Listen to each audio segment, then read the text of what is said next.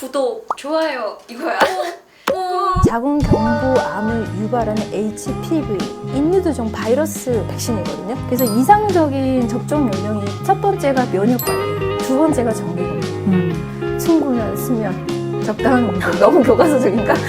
한 명의 고정된 파트너와 지속적인 관계를 하는 것은 저는 권장합니다. 그러니까 어쨌든 암을 예방하기 위해서는 백신 주사를 맞아야 된다는 거잖아요. 아, 그래도 이 부작용 있는 건데 맞아야 돼? 라는 생각을 백신 자체의 문제가 아니에요. 약 소개를 해주던데 백신도 종류가 좀 몇 개 있을 거 아니에요. 자궁경부암 백신. 뭐가 제일 좋아요? 원장님 뭐 맞으셨어요? 그렇죠.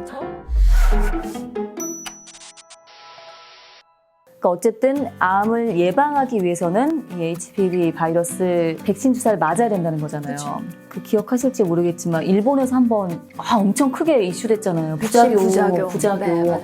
딸 가진 부모들 중에서는 그래도 이 부작용 있는 건데 맞아야 돼? 라는 생각을 하실 수도 있을 것 같아요. 어떻게 해야 되죠? 사실 자궁경부암 백신의 필요성은 머리로는 인지는 하는데 백신 부작용이 무서워서 차라리 나는 괜찮은데 내 딸이 부작용이 생길까봐 굉장히 걱정을 많이 하시거든요. 근데 사실 그 문제가 됐었던 자궁 백신, 그 일본에서 벌어진 일은 백신 자체의 문제가 아니에요. 백신의 효과를 극대화하기 위해서 섞여 있는 면역 증강제, 그게 수산화 알루미늄, 그게 문제가 됐었어요. 그래서 그 당시에 2013년, 2014년 세계보건기구 우리나라 감염학회에서 전수조사를 다 한 결과 안정성에 문제가 없다라고 발표를 했고, 식품의약품안전처에서도 그 수산화 알루미늄 면역 증강제의 안정성에 대해서 다시 한번 확인을 해서 문제 없다라고 결론이 났어요.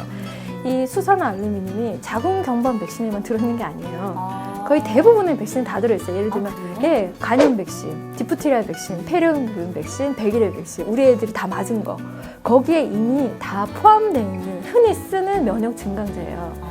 그래서 사실 자궁경부암 백신 접종 빈도나 다른 백신의 접종 빈도를 따지면은 훨씬 많잖아요. 그러니까 부작용의 빈도도 얘가 훨씬 낮아요. 근데 다만 이슈가 됐었었죠. 그래서 제 생각에는 자궁경부암 백신을 접종을 해서 부작용이 생길 수 있는 확률보다는 백신을 안 맞아서 자궁경부암이 발생하는 위험성이 훨씬 높다라고 판단되기 때문에 맞으실 것을 좀 권장해드리고, 이런 백신의 부작용을 줄이기 위해서는 아이마다 가지고 있는 성향이 틀리고 기저질환이 틀리고 예방접종하는 당일의 컨디션이 틀리잖아요. 그래서 산부인과 전문의와 상담해서 아이 컨디션을 확인한 다음에 안전하게 접종을 하시면 백신 부작용을 줄일 수가 있죠. 또 한 가지는 자궁경부암 검사도 2년마다 무료라는 얘기가 계속 나오는데, 자궁경부암 백신도 우리나라에서 무료 접종을 해주고 있어요. 단 만 12세 소녀들을 대상으로. 이게 12세에서 13세 사이에 면역력이 굉장히 좋아요, 아이들이. 그래서 원래 자궁경부암 백신이 6개월 동안 3번 맞거든요. 근데 그 나이에는 2번만 맞아도 3번 맞은 거와 동일한 효과를 나타낸다고 해요. 그럼 무료 접종 2번 맞아요? 그쵸. 오히려 한 번 덜 맞고, 무료로 맞고. 근데 이제 14, 15세가 넘어가면은 면역력이 그만큼 안 되기 때문에 무조건 3회를 맞아야지만 항체가 충분히 발생을 해서 돈도 들고 3번 맞아야 되고.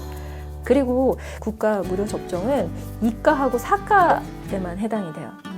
그래서 국가는 해당이 안 돼서 본인 자비로 맞으셔야 돼요. 저 주사 맞을 때 약 소개를 해주던데 백신도 종류가 좀 몇 개 있을 거 아니에요? 자궁경부암 백신. 뭐가 제일 좋아요? 그런데 진짜 많지. 정말 원장님 난감해요. 뭐 맞으셨어요? 저 할 때는 이과하고 사과밖에 없었어요. 요새 지금 백신이 3가지 나와 있는 거 알죠? 몰라요. 그러면 우선 이제 바이러스가 종류가 굉장히 많은 거 아세요? 바이러스가 많겠죠? 몇 종 정도 될 것 같아요? HPV 종류가? 힌트. 밝혀진 것만 190개 이상이에요. 200여 개가 돼요. 근데 모든 바이러스를 다 막을 수는 없어요. 암을 유발하는 바이러스의 70%가 16번, 18번 이 2가지예요. 그래서 이 2가지만 차단을 해줘도 자궁경부암의 발생 확률을 굉장히 낮출 수가 있거든요. 그래서 바이러스를 다 커버해줄 수는 없으니까 이 16번, 18번 2가지를 커버해주면 이과 백신이라고 해요. 2가지 커버해주니까. 그 다음에 16번, 18번에 6번, 11번. 그래서 4가지가 커버되면 4가 백신.